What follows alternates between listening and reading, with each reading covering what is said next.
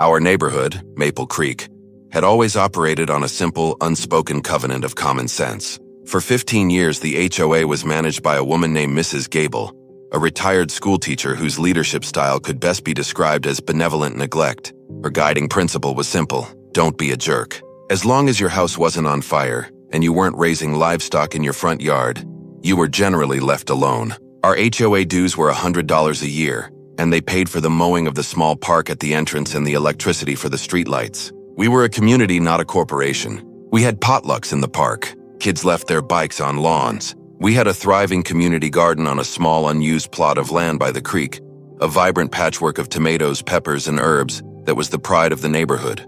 It was, for all intents and purposes, a sleepy suburban harmony. And then, Mrs. Gable retired to go live with her daughter in Arizona, and Alistair Finch was elected president. Finch was a newcomer, a recently retired executive from some faceless logistics corporation who had moved into the neighborhood 6 months prior. He was a man who seemed to generate his own personal cold front, all sharp angles, and a veneer of professional civility that barely concealed a deep, resonant contempt for the rest of humanity.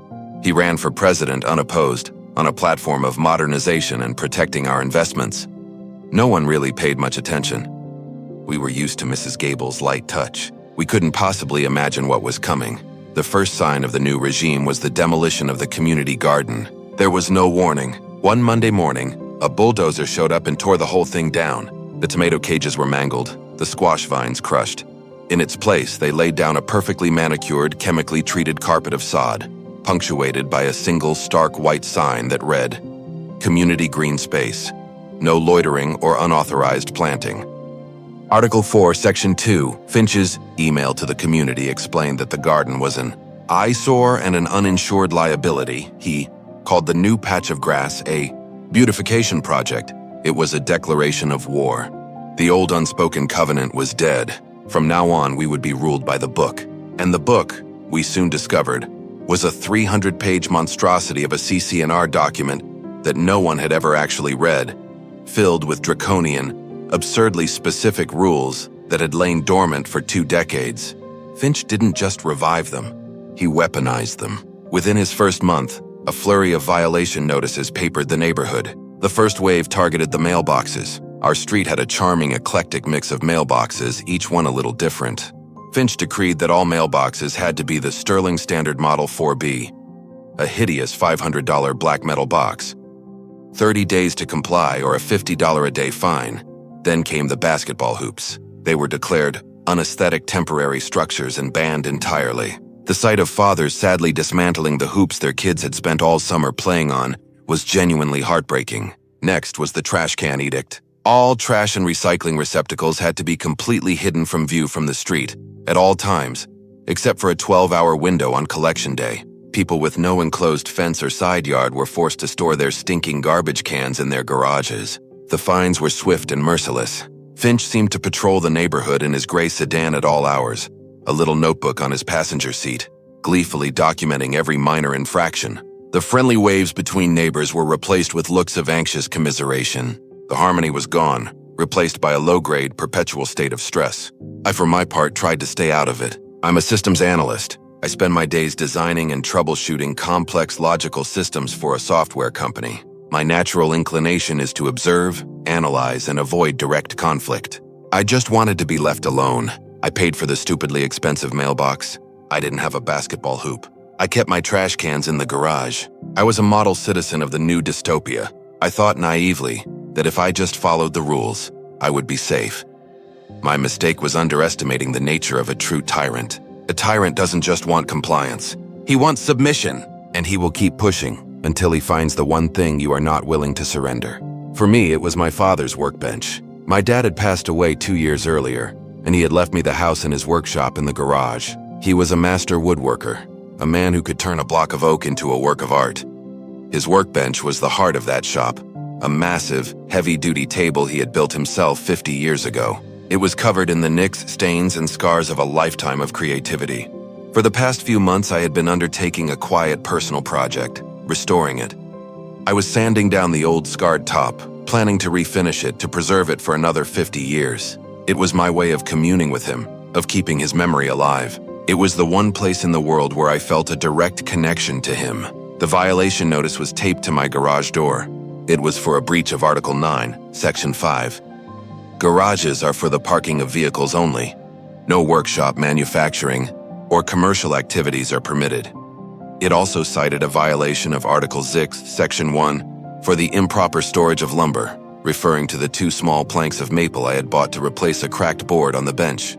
The fine was $200, and I was ordered to cease and desist all workshop activities immediately and remove all unapproved materials. I was stunned. This wasn't a commercial activity. This was a hobby. This was a son honoring his father. I decided to do what I hadn't done before. I decided to try and reason with him. I scheduled a meeting with Finch during his newly mandated presidential office hours at the clubhouse. I brought the notice with me. I found him sitting behind a large, imposing desk, the very picture of bureaucratic self-importance. I explained the situation calmly and rationally. I told him about my father, about the sentimental value of the workbench. I explained that it was a personal project, not a business. I was appealing to his sense of decency, assuming incorrectly that he had one. He listened without expression, his fingers steepled in front of him.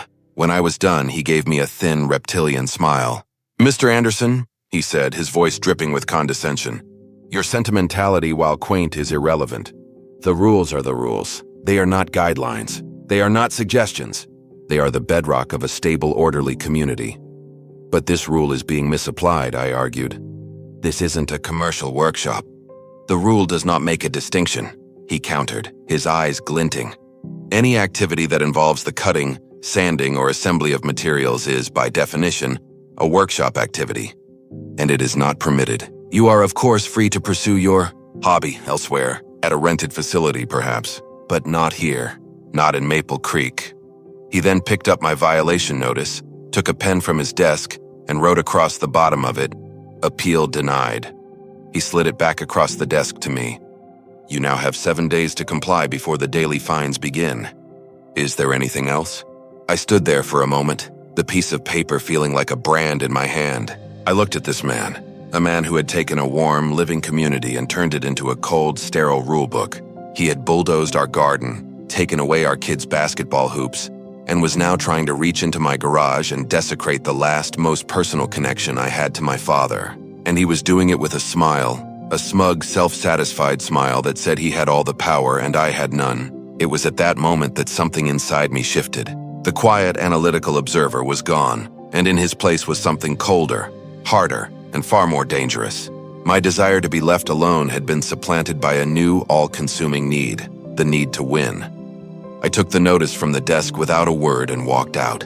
I went home, and for the first time I didn't go into my garage. Instead, I went to the bookshelf where the thick 3-ring binder containing the HOA CC&Rs sat, gathering dust. Finch had built his kingdom on this book. He used it as a weapon, as a shield, as a holy text. He believed it gave him absolute power. He was about to learn a very important lesson about systems. Any system, no matter how complex, can be analyzed. Any rulebook, no matter how dense, can be mastered. And any tyrant who governs by the letter of the law can be destroyed by it. I opened the binder. My war had begun. The process for calling a special meeting was, like everything else in the CC&Rs, a bureaucratic minefield.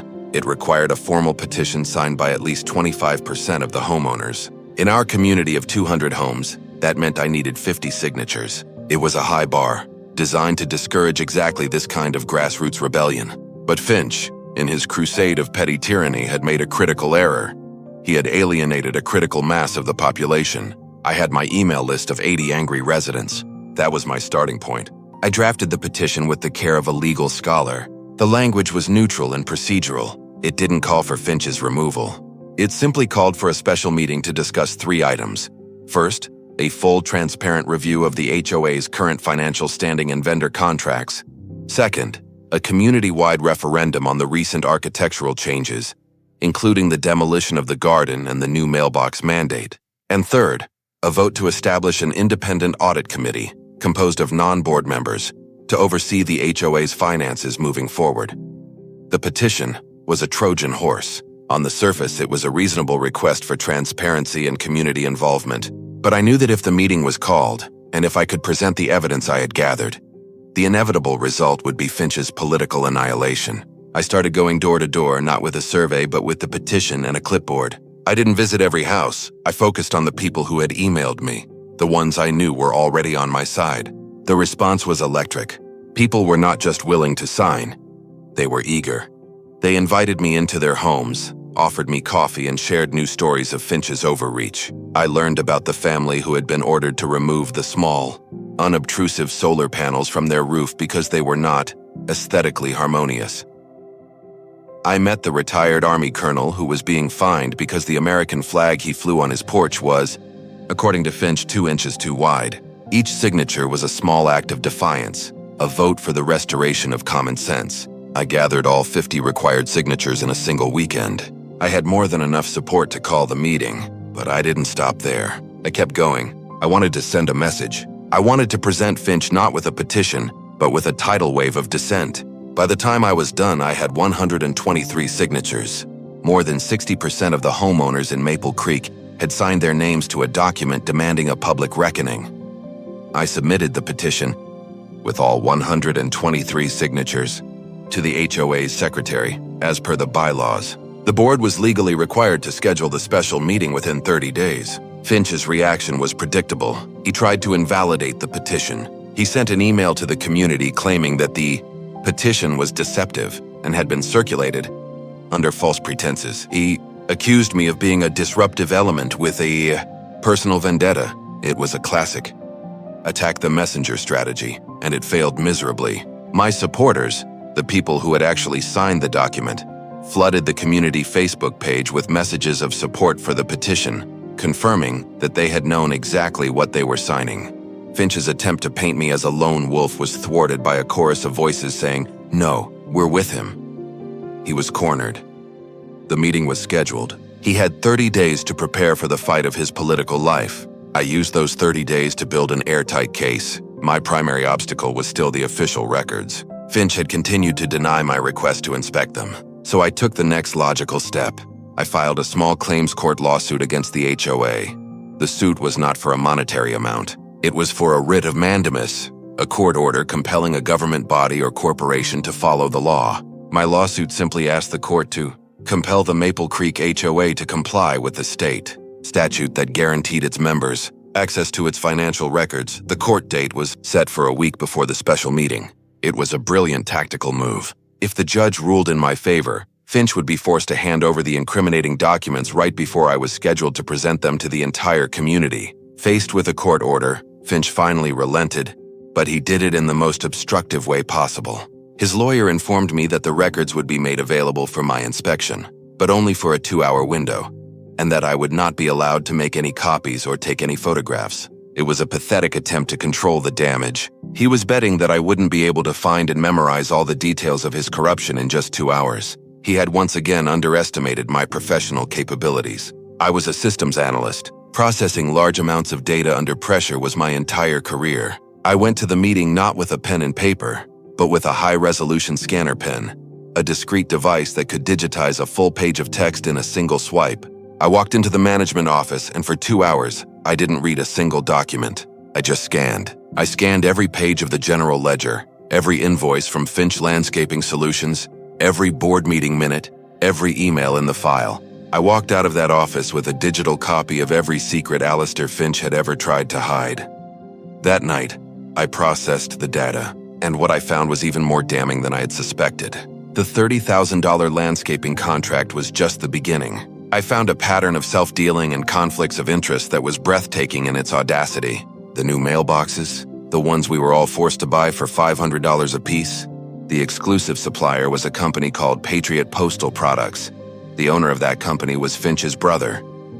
The company that had been hired to print and mail the violation notices, it was owned by Finch's sister-in-law. Alistair Finch hadn't just taken over our HOA to satisfy his lust for power. He had turned it into a family business, a personal slush fund financed by the dues and fines he was extorting from his neighbors. He was using the Rulebook to create problems, mailboxes, landscaping, notices, and then paying his own family members at wildly inflated prices to sell the solutions. But the most shocking discovery came from the minutes of the executive board meetings, the ones that were held in private. In the minutes from a meeting 3 months ago, Finch had proposed a new special assessment, He had argued that due to a budget shortfall, a shortfall he had created with his corrupt contracts, every homeowner in Maple Creek needed to pay a one-time fee of $2,000 to ensure the financial solvency of the association. The assessment was scheduled to be announced and voted on at the next annual meeting a few months away. This was his endgame. He was going to fleece the entire community for a grand total of $400,000. My workbench, the basketball hoops, the garden, all of it was a smokescreen, a campaign of manufactured chaos designed to distract and intimidate while he was setting up the biggest heist of all.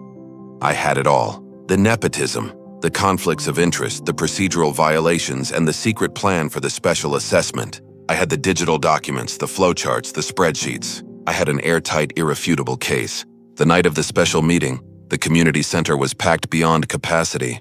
The atmosphere was thick with tension and anticipation. Finch and the board sat at a table at the front, looking like prisoners in the dock. I was the first and only speaker on the agenda. I walked to the podium, not with anger, but with the cold, calm precision of a systems analyst presenting a bug report. "Good evening," I began. "My name is David Anderson, and for the past several months I have been conducting a systems analysis of our homeowners association. My analysis has found that our current operating system is riddled with critical bugs, conflicts of interest, and what appears to be a malicious code designed to extract wealth from its users. Tonight I'm going to present you with the data." For the next 30 minutes I walked them through it. I used a projector to display the scanned documents on a large screen for everyone to see. The invoices from Finch Landscaping Solutions, the business registration for Patriot Postal Products showing his brother's name, the minutes from the executive session, with the $2,000 special assessment highlighted in red. With each new slide, a wave of audible gasps and angry murmurs washed over the room. I wasn't making accusations. I was presenting evidence. I was letting the data tell the story, and the story it told was one of systematic, predatory corruption. My approach to any complex system is to first understand its architecture. For the next 3 days, I didn't just read the Maple Creek CC&Rs. I assimilated them. I broke the document down, section by section, creating a flowchart of its processes and a database of its rules. I was not reading for comprehension. I was reading for vulnerabilities. I was looking for the seams, the contradictions, the ambiguities, and the forgotten, unenforced clauses that I could use as leverage. The document was a relic from the early 1990s, a boilerplate legal text that the original developer had likely downloaded from a service, filled in the blanks, and filed with the county. It was a labyrinth of legalese, full of outdated provisions and poorly defined terms. It was a system designed by lawyers, not by logicians, and it was riddled with bugs. My first discovery was a procedural one. The process for levying fines was incredibly specific. It required a first notice of violation, followed by a 10-day grace period, followed by a second notice of non-compliance, and only then could daily fines be applied. Finch, in his arrogant haste, had been skipping the second notice, jumping straight from the initial violation to the daily fines. Every single fine he had issued in the past 2 months, including the ones for the mailboxes and the one for my workbench, was procedurally invalid. It was a small victory, but an important one. It proved he was sloppy. It proved he believed he was above the very rules he claimed to worship. My second discovery was far more significant. It was a clause buried deep in the bylaws, in the section on the powers and duties of the board.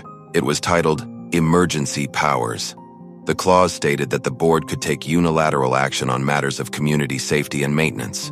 This was the clause Finch had used to justify the demolition of the community garden, claiming it was an uninsured liability, a threat to community safety.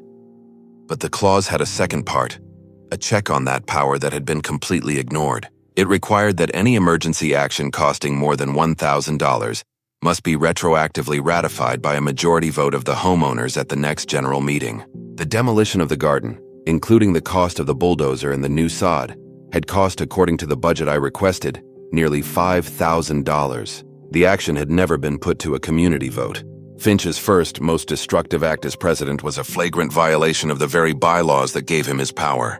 But I wasn't ready to use that information yet. That was an ace I would keep up my sleeve. For now, I needed to deal with the immediate threat to my father's workbench. I had 7 days. On the 6th day, I sent a certified letter to the board. In it, I formally contested the violation notice on 2 grounds. First, I argued that the term workshop activity was not defined in the CC&Rs, and that its application to a personal, non-commercial hobby was an arbitrary and capricious interpretation.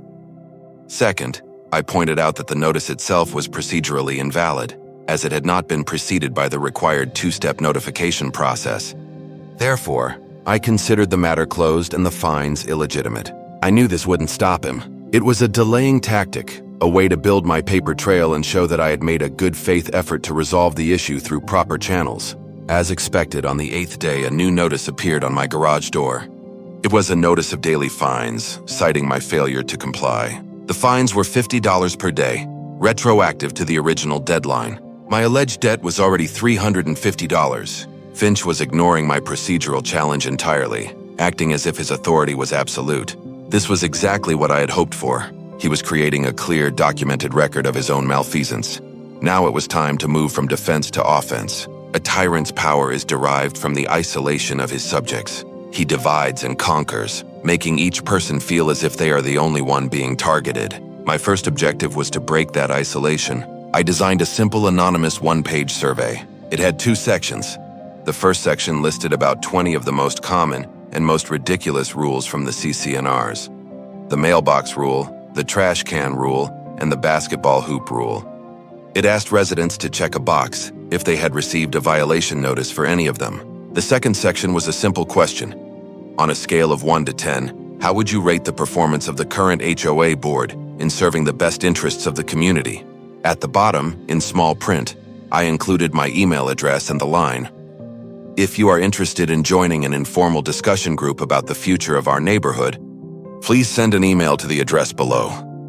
I printed 200 copies at a local print shop. That night, long after midnight, I walked the entire neighborhood and put a survey in every single mailbox. It was a silent, anonymous act of rebellion.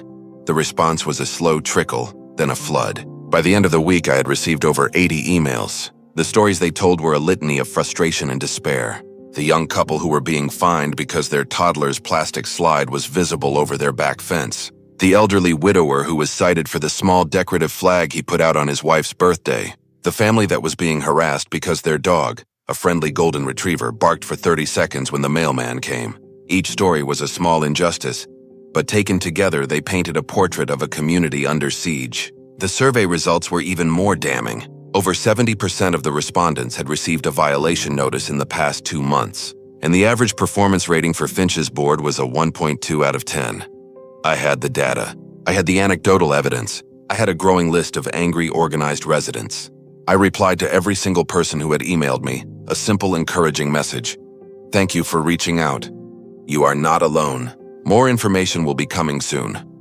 It was time for the next phase, a full-scale systems analysis. I needed to understand the financial and legal architecture of the HOA.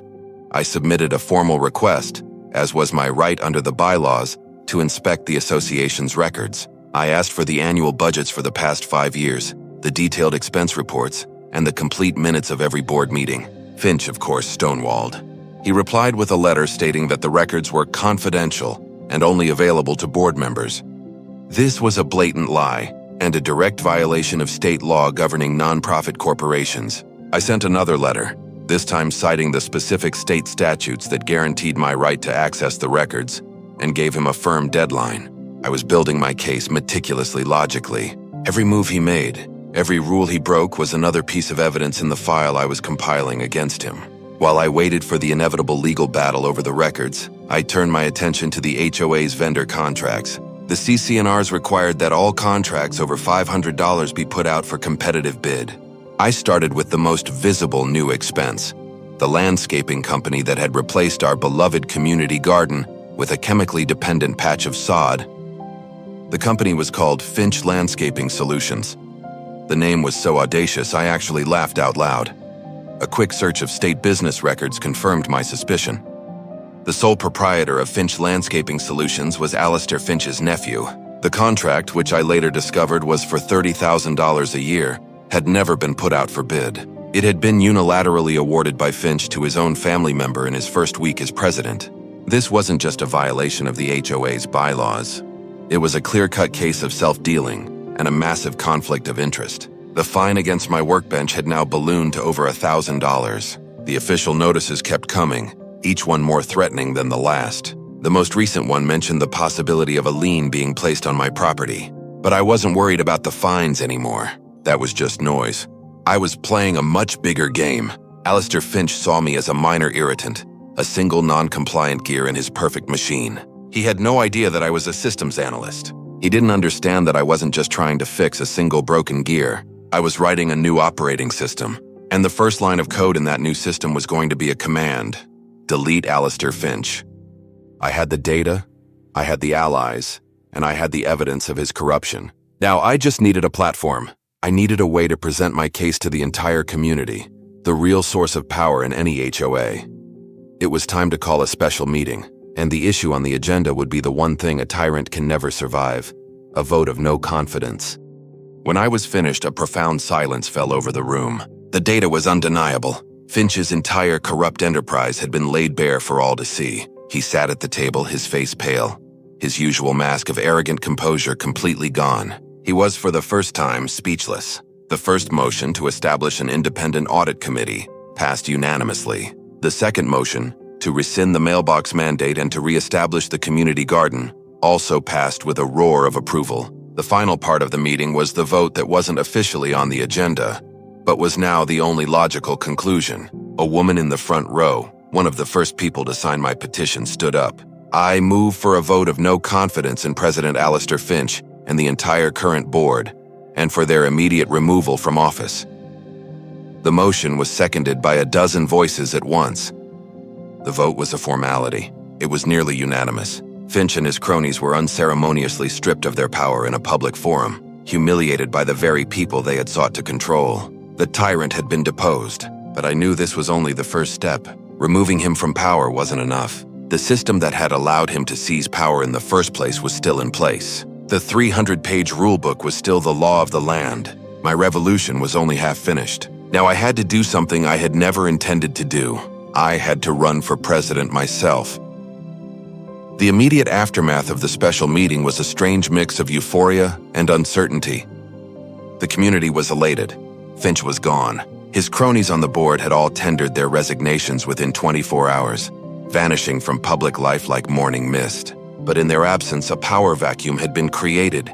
Maple Creek was, for the first time in its history, a rudderless ship. The newly formed audit committee, of which I was a reluctant member, immediately took control of the HOA's finances, freezing all payments and launching a full investigation. What we found was even more appalling than what I had presented.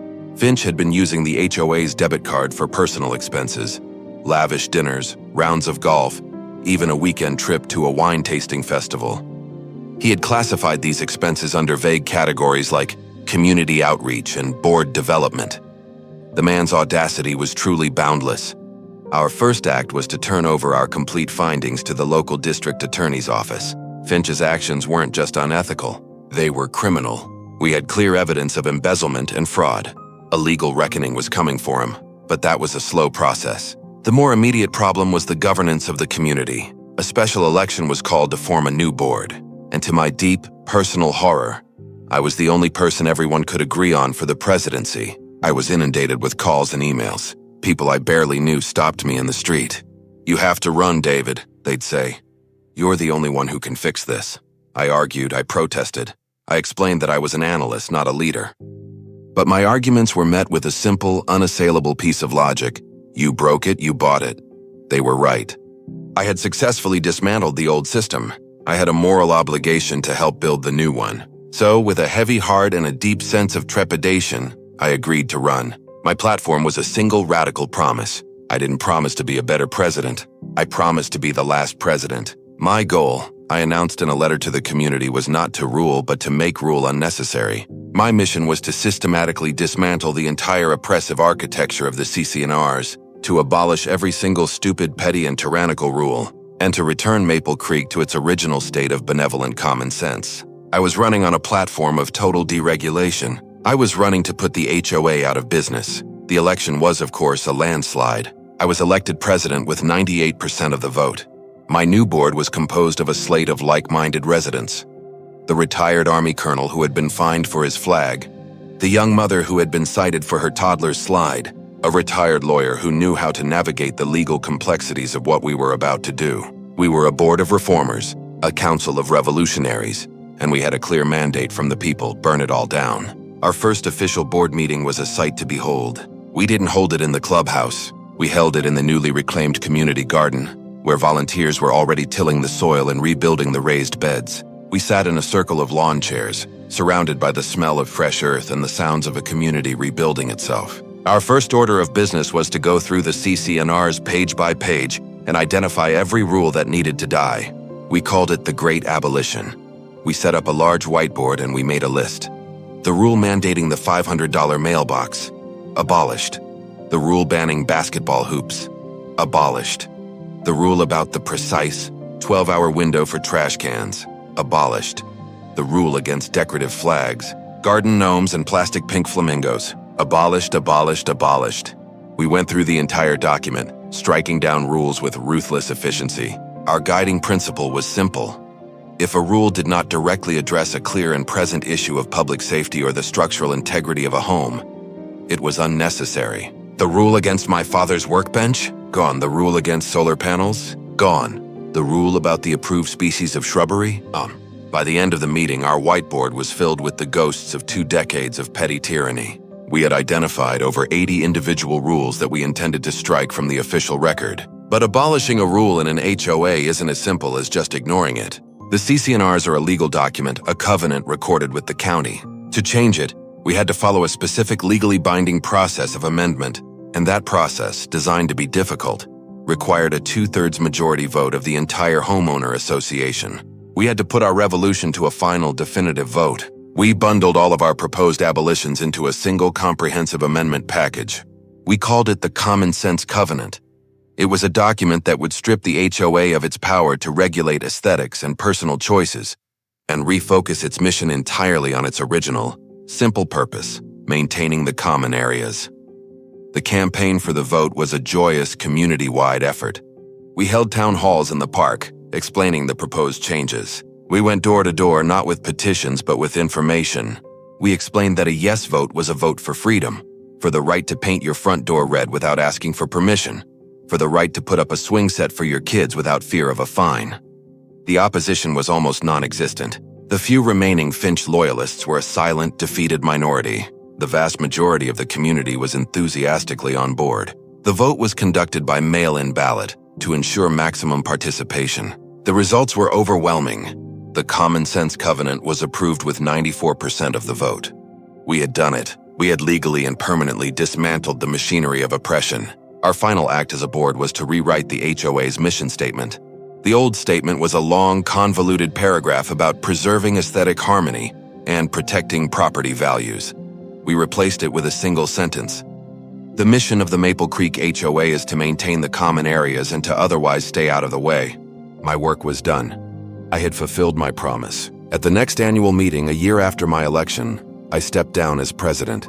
I had no desire to be a career politician, even on this small suburban scale. A new board was elected, a group of competent, reasonable people who understood the new, limited role of the HOA.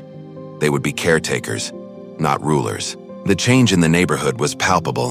The fear was gone. The eclectic, charming mix of mailboxes returned.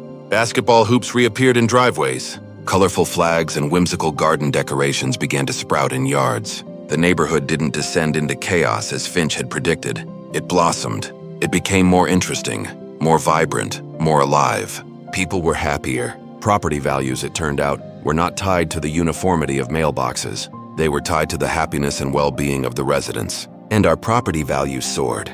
Maple Creek became known as the Common Sense Community, a place where people could live without the constant threat of a micromanaging HOA. Alistair Finch's legal troubles ended, as I had expected, with a plea bargain. Faced with overwhelming evidence of embezzlement and fraud, he pleaded guilty to a lesser charge of misuse of corporate funds. He was spared jail time, but he was forced to pay back every cent he had stolen, and he was sentenced to 5 years of probation and 1,000 hours of community service. The greatest punishment, however, was the one that was not handed down by a judge. He and his family had become pariahs in the community they had tried to dominate. They sold their house at a loss and moved away in the middle of the night. His tyrannical reign and his dream of a $400,000 heist had ended in total, abject failure. My father's workbench sits in my garage. its top now a smooth, beautifully refinished surface that glows with a warm, golden light. I never finished the restoration project I had started. I didn't need to. The bench was no longer a symbol of a past I was trying to hold on to. It was a monument to a battle that had been fought and won. It was a reminder that sometimes, the most complex systems can be brought down by a single simple act of defiance, and that there is no force on earth more powerful than a community of ordinary people who have decided that they have had enough. The story could have ended there, a perfect, self-contained victory. The tyrant was deposed, the stupid rules were abolished, and the community was returned to the people. But the ripples of a system's collapse often travel in unexpected directions. About 6 months after I stepped down as president, I received a certified letter. My heart skipped a beat, a reflexive echo of the old fear, before I saw the return address. It was from a law firm in the city, one I didn't recognize. The letter was formal and deeply confusing. It stated that their firm represented the Maple Creek Original Land Grant Trust, and that they had been following the recent changes in our HOA's governance with great interest. It went on to say that due to the formal abolition of a majority of the aesthetic and land use covenants in our CC&Rs, a specific, long-dormant clause in the original land deed for the entire subdivision had now been triggered.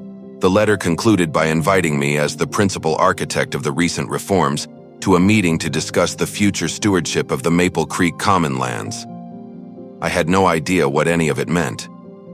The Original Land Grant Trust? I had been through every legal document I could find, and I had never seen a reference to such a thing. My first thought was that it was some kind of scam, a bizarre attempt at a corporate shakedown. I showed the letter to the retired lawyer who had served on my board. He read it, his eyebrows slowly climbing his forehead. "Good heavens," he whispered, looking up at me. "David, I think you may have accidentally stumbled into a fortune." The story, as he explained it, was a piece of local history so old that it had been almost completely forgotten.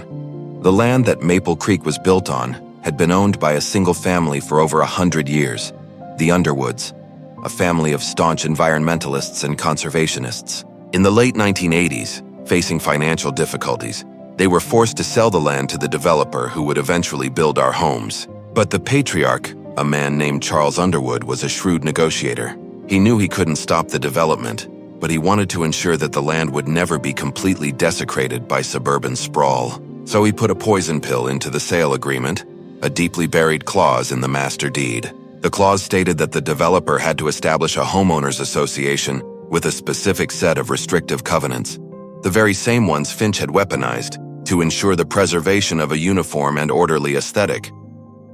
However, the clause then stated that if the homeowners association ever formally voted to abolish a majority of those specific restrictive covenants, thereby demonstrating a collective disregard for the orderly aesthetic, the ownership of all designated common lands, the park, the green spaces, the plot of land the garden was on, would immediately and automatically revert to the Underwood family's land trust.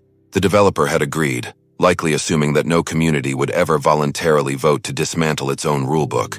It was a 1,000,000,000 long shot, a legal time bomb set to a 99-year timer, and I, in my quest to abolish the rule about my father's workbench, had accidentally lit the fuse. The meeting was held in a stately wood-paneled office downtown. I was met by a woman in her 70s, the spitting image of a stern but kind grandmother. She was Eleanor Underwood, Charles Underwood's daughter and the current trustee. "Mr. Anderson," she said, shaking my hand warmly. "I can't tell you how long my family has been waiting for this day. My father always believed that eventually, people would choose common sense over conformity. It just took a little longer than he expected." She explained the situation. The trust didn't want to take the park away from us. On the contrary, their mission was to preserve natural spaces.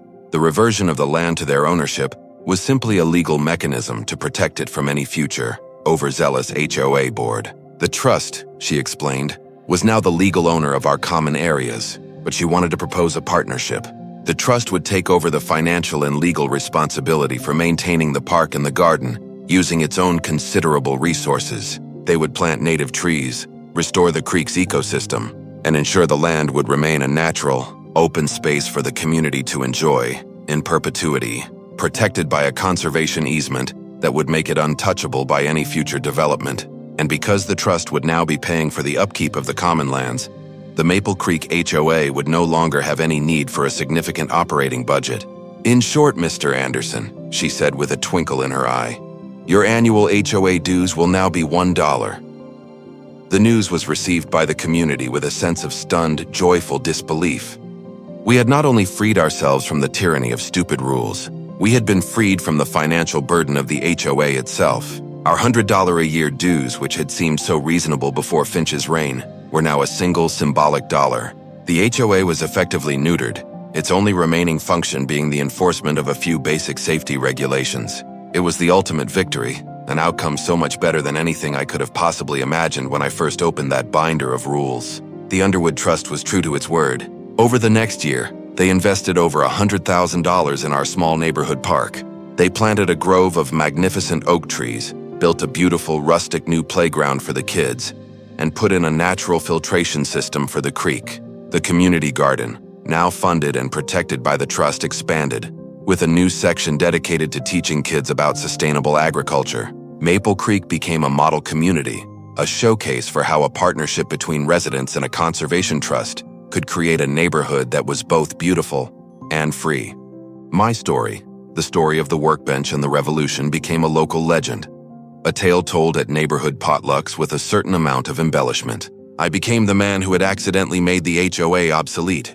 But for me, the most satisfying part of the entire saga was a small, quiet moment that happened a few months after the trust took over. I was in my garage putting a final coat of oil on my father's workbench, the project I could now enjoy in peace. The garage door was open, and a young couple new to the neighborhood were walking by. They stopped when they saw the workbench. "Wow," the husband said, his eyes wide with admiration. "That is a beautiful piece of work." "Thank you," I said. "It was my father's." "It's amazing that you can have a full workshop like this," the wife said. "The last neighborhood we lived in, the HOA would have had a fit. That's why we moved here. We heard this place was different. We heard this was a place where you could actually live." I just smiled. They had no idea who I was, no idea of the war that had been fought in that very garage, and that was the way it should be. The battle was over, the peace had been won, and the quiet, simple freedom to work on a piece of wood in your own garage, a freedom that should never have been in question, was now the bedrock of our community, a legacy of common sense for a new generation to enjoy. The system wasn't just fixed, it was gone, and in its place we had found something much better. We had found our home again. The final chapter of this story is not about me, but about the profound and lasting transformation of the community itself. With the HOA reduced to a symbolic $1 a year entity, and the common lands flourishing under the stewardship of the Underwood Trust, Maple Creek evolved. The absence of a powerful adversarial HOA didn't lead to chaos or neglect, as the prophets of conformity always predict. Instead, it led to an explosion of creativity and genuine community pride. People started investing in their homes in ways they never would have before. Freed from the fear of an aesthetic violation, they began to express themselves. The front doors were painted in vibrant colors. Unique, artistic mailboxes, the very first casualty of Finch's reign, made a triumphant return. Elaborate gardens, filled with a riot of flowers and vegetables, began to replace the monotonous stretches of chemically treated turf. The neighborhood didn't become gaudy or chaotic. It became authentic. Each house was a reflection of the family inside, and the streetscape became a rich tapestry of individual personalities living in a cohesive, friendly harmony. The property values, which had always been the hollow justification for Finch's tyranny, did something remarkable. They skyrocketed. Our neighborhood became a case study for local real estate agents. It was the place with the optional HOA, the beautiful trust-managed park, and the freedom to be yourself. It turned out that the greatest driver of property value wasn't a rigid set of rules, but a genuine sense of happiness and well-being among the residents. People wanted to live in a place where they felt trusted, not policed. They wanted to live in Maple Creek. The community garden became the social and cultural heart of the neighborhood. The Underwood Trust helped us build a small, open-air pavilion next to it, and it became the venue for everything from summer potlucks and outdoor movie nights to a small, weekend farmers market where residents could share their surplus produce. It was a place of connection, a living monument to the community's victory over the sterile patch of sod that had once been there. It was a testament to the fact that a community is not built on rules, but on relationships. As for Alistair Finch, his story ended not with a bang, but with a whimper. The district attorney's office, after a lengthy investigation, did press charges. Faced with a mountain of irrefutable evidence and testimony from his former neighbors, he pleaded guilty to a felony charge of embezzlement. He was spared prison time, but he was sentenced to 3 years of probation and ordered to pay full restitution for all the money he had stolen, including the funds he had paid to his family members' companies. The court also ordered him to pay a significant fine, which went directly into the Underwood Trust's fund for the park's maintenance. The final poetic injustice for him was that his own money was now legally required to be spent on beautifying the very community he had tried to fleece. He sold his house shortly after the sentencing. I saw him one last time on the day he was moving out. I was walking my dog, and he was loading boxes into a moving truck, his face a mask of bitter resentment. He saw me, and for a moment our eyes met. There was no apology in his gaze, no remorse. There was only the cold, hard fury of a failed dictator. He had learned nothing. He simply turned away and went back to his boxes, a small, angry man defeated by a system he thought he had mastered. I lived in Maple Creek for another 5 years after the revolution. I eventually took a new job in a different city, and with a heavy heart, I sold the house my father had built. The Workbench, the catalyst for the entire saga, I donated to the community. It now sits in a small shared workshop space that the Underwood Trust helped us build next to the garden, a place where residents can borrow tools and work on their own projects. It's used almost every day. My father, a man who believed in the value of a shared skill and a helping hand, would have loved it. The story of our fight, of the tyrant who is overthrown by a vote and a forgotten clause in a land deed, has become part of the neighborhood's DNA. It's a story they tell to new residents, a story that defines the community's values. It's a reminder that freedom is not a default state, that it must be won, and that the best way to protect it is to be vigilant, to be organized, and to never, ever be afraid to read the fine print. And sometimes when I think back on it all, I realize that the most profound truth is that Alistair Finch, in his own twisted way, gave us all a gift. He reminded us what it meant to be a community, not by fostering it, but by trying to destroy it. He showed us the value of our freedom by trying to take it away. And he taught us that the strongest, most resilient, and most valuable communities are not the ones with the most rules, but the ones with the most trust.